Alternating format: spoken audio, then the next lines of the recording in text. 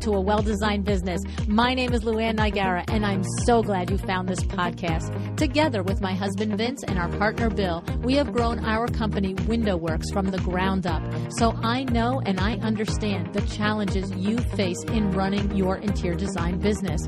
I also know that your talent alone isn't enough to ensure your success. So on this podcast, we talk about strategies and practical steps to help you grow your business. But make no mistake about it, we have our share of fun here too, mixed in with those aha moments that I love so much. This isn't fluff. Nobody has time for that. Whether you are a new interior designer or a seasoned designer, I am here to help you create and to manage the kind of interior design firm that you dream of. It's straight talk and it's action. Are you ready? Let's get started. Hi, welcome to A Well-Designed Business. It is What Would Lou Do? The show where I answer your questions on air. If you have a question for me, please send it to LuAnnNigara.com/WWLD, and I'll answer yours too. Before we get started, I want to take a moment to thank Article for sponsoring the show. Article is always ready to help you, but especially now during COVID-19. You can have mid-century Scandinavian-inspired quality furniture delivered fast, easy, and directly to your client. No need to go to a receiver. And yes, office furniture, living room furniture, it all can be delivered right to your client's home, even if that means to their garage for contact-free delivery. And this summer, as your clients are looking at being home most of the summer, it's perfect time to go check out what Article has to offer in outdoor furniture. Open your trade account today at welldesigned.article.com. Okay, so this is actually something that happened last week with a coaching client of mine, Jill. She had a very sticky situation, and she gave me the green light to talk about it with you today. Jill is a window treatment retailer with a business very similar to our WindowWorks business, but the problem that Jill faced could happen to any interior designer just as easily. Here's the background. Jill was on an at-home consultation with a new client who happens to be the daughter of a very good client of hers. She has completed many successful projects over the years for the mother, and they get along really well. So everything is good on that front. Jill even characterized it by saying that they actually have developed a true friendship over time, right? So now, though, she's on the appointment at the daughter's home, and there is a man there who the daughter has introduced by name but no more. As the appointment is progressing, this man is very opinionated, contradicting Jill's advice as well as offering his own at every chance he gets. Jill said for the longest time she just assumed that he was the husband, but she said then she found out he was the GC. And Jill said to me, LuAnn, I could not believe he was not her husband. The way she gave such deference to every word he said, it was kind of weird. So what was her dilemma? Well, in addition to the obvious annoyance of having this know-it-all around, right? Well, Jill said to me, on one hand, I can see a lot of trouble ahead if I do this project and he's involved. The client only hears what he says, and I fear he will not only take over the project, but I worry that if things go sideways, he will throw me under the bus. And then she added, the thing is, it's looking like it's going to turn out to be a $26,000 or $30,000 window treatment project, and I don't want to lose that. On the other hand, I don't want to jeopardize my relationship with her mom if I'm thinking about turning down working with her daughter. So what do you think I should do? Now, this is the moment, if you're out there and you've coached with me, you know this is the moment when I start asking you all kinds of questions so that we can really get to the heart of the problem before we can get to solving the problem. So here are the things that I wanted to know from Jill. Number one, do you actually disagree with the guy's suggestions and the comments about style and etc.? Or are you just annoyed that his say-so is being included in the discussion? See, we have to first be clear on this. It's a pretty normal knee-jerk reaction for any one of us to dismiss whatever he would be saying because he's so obviously being disrespectful in the process.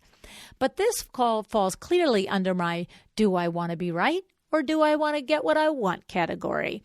I want to know if Jill were to separate emotion from this, did she think his ideas were good? Meaning, if he were more collaborative, would she even consider him an ally? All right. Because if that's the case, the client will obviously listen to whatever he says. So if he's saying the same thing as her, do we need to care? Can't we just smile, let him be the fab hero and write up the $26,000 order and smile all the way to the bank? Yes. The answer is yes. Yes, ma'am. Yes, sir. Okay. So we have to think about that if we're just affronted, right? But his advice is good. He's agreeing with you. He may be hogging it, but really, do we care? I don't know. I'm not so sure we do. And again, this is one place where it might be a tiny bit different for interior designers because we're going to go in as a window treatment pro. We're going to work with this woman 3, 4, 5 times, place the order, 2 months later, be done. This isn't like setting up a precedent for 2 years worth of work, all right? So there's a little caveat there. But anyway, the bottom line is to get clear on what your actual reaction is and separate the emotion from it, all right? But here's the thing. Jill said no to me. She didn't like his suggestions. She truly thought he was leading her client into mistakes, and with a couple of the mistakes being especially egregious. One mistake was his insistence on where the height of the drapery rod should be in one room, and the other was his selection of fabric that she knew would not make a nice drapery. She said the hand of the fabric was too stiff, and she knew it would not drape well. When she explained both of these concerns to him and to her client, he poo-poo'd them, and the daughter landed on his side. Okay, so my friends, you see, this is a very different thing. We are the professional. We know the outcome is not going to be good, and we have to be heard on this. Ultimately, no matter how many times Mr. GC dude says it will be okay, when it's not okay, we all know who's going to end up being held accountable, right? You know who is, and so did Jill, which is why she was upset. Okay, so we have this established that it's not a matter of ego on the part of Jill. It's literally he's not really competently leading this window treatment process, which he shouldn't be leading anyway, when he's not doing it competently, right? The second question I asked Jill was, do we have any idea if the mother, her original client, knows this Mr. GC dude guy? And do we know if she has any opinion of him or even cares about this? Now, truthfully, I expected Jill not to know the answer to this question, but instead she said, oh no, I know the mother can't stand him. In fact, she once told me her husband wanted to work with a certain GC, and she told him in no uncertain terms, it's me or that GC. She said she forbade her husband to hire him. And then what Jill said was the other day, it wasn't until the daughter finally mentioned that the guy at the appointment was a GC that I was able to ask a couple indiscriminate questions or two, and I figured out he was in fact the same guy.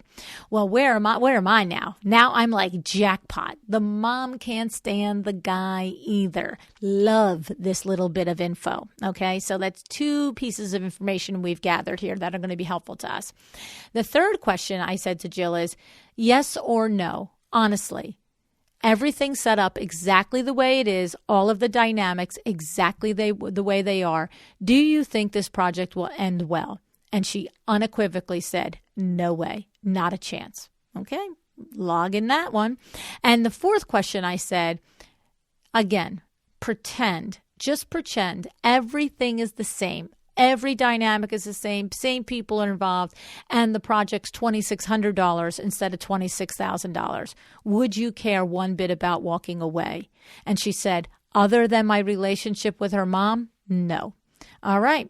So here's what we have. We have our task in front of us. How do we get out of this and salvage the relationship with the mother?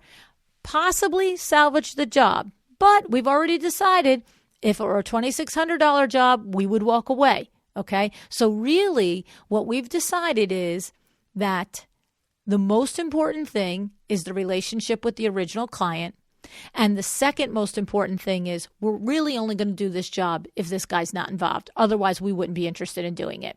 So here's what Lou would do, all right? This is what I would do. I would call the daughter and I would be dead level with her. I would say, hey, I'm really grateful to have the chance to work with you on this project. You know how much I've enjoyed working with your mom throughout the years, don't you? And then she's going to say, yes, of course I know that. We want her to do that.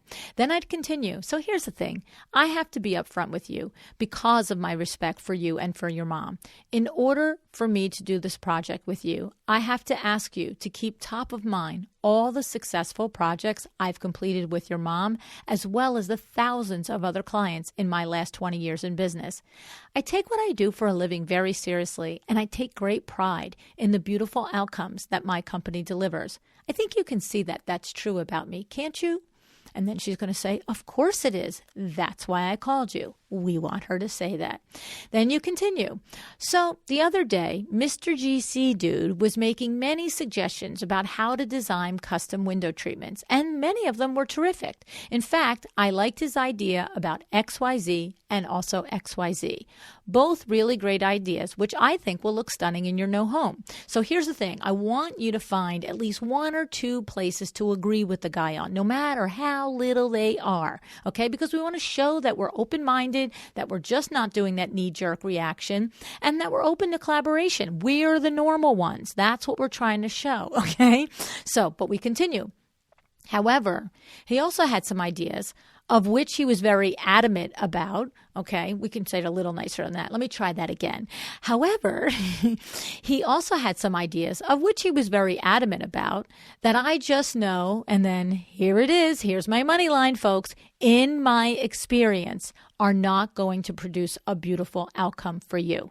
Okay, so I'm going to backtrack. So we're going to add that little phrase there of which he was very adamant about, because in a nice way, that's reminding her, did you see him bullying me? Did you notice that too? You might not have been paying attention in the moment, but when I kindly bring it to your attention, I think you're going to remember it. Okay. And then, you know, my money line, in my experience. Who can argue with your experience? You're the 20-year professional. Okay. In my experience, those suggestions are not going to produce a beautiful outcome for you. And then what I wanted her to do was find 3 ideas of his that were bad and list them and say why they were bad. So, you know, when he suggested XYZ, that really isn't going to work, and here's why. When he suggested XYZ, this isn't going to really produce a good outcome, and this is why I think so. And XYZ, and here's why. All right? Then continue. Now, I know you value him tremendously, and from what I've seen as a GC, this is well earned. But please, his expertise in window treatments, while better than some GCs, is not greater than mine. And so what I need to say to you is this. I can see how much you rely on him. And this, of course, is your prerogative. But if he is going to be the final voice in your ear, I'm going to have to politely decline the opportunity to do this project with you. In good conscience, I just cannot execute the styles and treatments that I have no expectation whatsoever will turn out beautifully. Of course, this is completely up to you. I will be okay with whatever you decide. Just know, if you choose to go forward with me, it will be you and I who decide and design the treatments. Mr. GC Dude doesn't get a seat at the table. Well, that part might be inside voice. Okay? So, I mean, it makes sense, right? Do you remember what Lee Cockrell told us in episode 222? Lee was the executive vice president of Walt Disney World Operations, and he said, when you only do the easy things, everything else gets harder. But when you do the hard things, everything gets easier. All right? Check out his show to learn more about how to deliver excellent customer service. That's an excellent show for that, okay? So, but here, Jill and I talked about this. We, kind of coached a couple of different ways on how to say it, because, of course, those were all my words. We had to get them into her words. But she had the hard conversation. She was nervous about it, but she did it. And do you know what happened? Mr. GC Dude is out and Jill is back in the driver's seat, right? Okay? So, and the thing is, truthfully, neither Jill or I really expected the daughter to kick out the GC. We thought maybe, but realistically, the daughter's behavior was so irrational in her adoration of him that we both figured no way. The thing is, though, we had decided ahead of time what Jill's goals were. Her goals were twofold: save the relationship with the mom and get out of being second fiddle to the man who would leave the job down the wrong road. All right? This is the other key to this whole little coaching session here, is that we decided before having the conversation what we would do and what we would not do, right? Jill and I figured out there was no way she was going to consider this project with him in the mix. Knowing this is key, because then the remaining decision to have the hard conversation, while not so easy to do, was the only thing to do, okay? She had no other choice. Tell her client, I will either do this job under her criteria or she would not do the job. And the thing is, because the conversation between her and I established that really the job wasn't worth it, even at $26,000, if the whole thing was going to be a tug of war with this guy in the middle, and especially because at that moment, the client wasn't listening to her. She was listening to him. So she really didn't think it was going to come out right. So we weren't risking $26,000 job. We were risking months of producing a bad outcome, months of a bad relationship, constantly being tug and pull, and ultimately mistakes and a bad outcome. We weren't risking $26,000, you see. However, but by being brave and having this conversation, she got the job. You know what I mean? The client saw that the client valued her and understood that she was the one who was the expert. So I'm so happy for Jill. I really, really am. And if you're ever in this situation yourself, you have to just really, it's like I said, it's know what you will do and what you won't do. If that's your leverage, right? When you figure out what your true goal is, and you just set up, it's either this or that, you don't care what the actual answer of the other person is, because you've set it up that the only way it goes forward is under conditions that you've already decided were good for you. All right.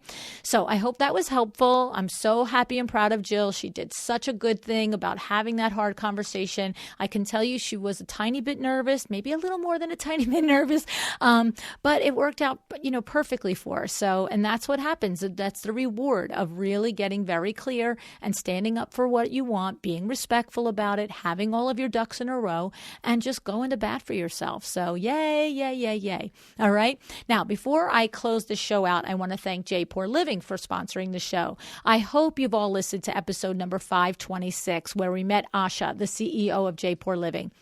Asha told us all about how she and her family are committed to the artisans who create their beautiful rugs. Because they have eliminated the middleman, J. Poor Living works directly with its network of more than 40,000 artisans in more than 600 villages in India.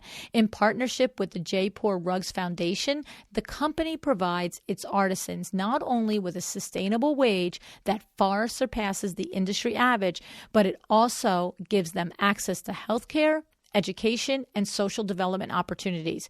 Just one more reason for you to go to jpourliving.com/LuAnn and open your trade account today. Go to jpourliving.com/LuAnn. That's JAIPUR living.com/LuAnn. All right, before I go, I just want to check in with you for a moment. How are you doing? How are you doing, really? For us here in New Jersey and New York, we're still on lockdown. Restaurants are closed. Life is still very much like some sci-fi movie. It's been 11 weeks, and we're going a bit nuts. But how are you? Are you okay? Are you keeping your eye on your year-end goals? Okay? And I want to say, it's okay to adjust them. I mean, we've adjusted all of our year-end goals, okay? That part's okay.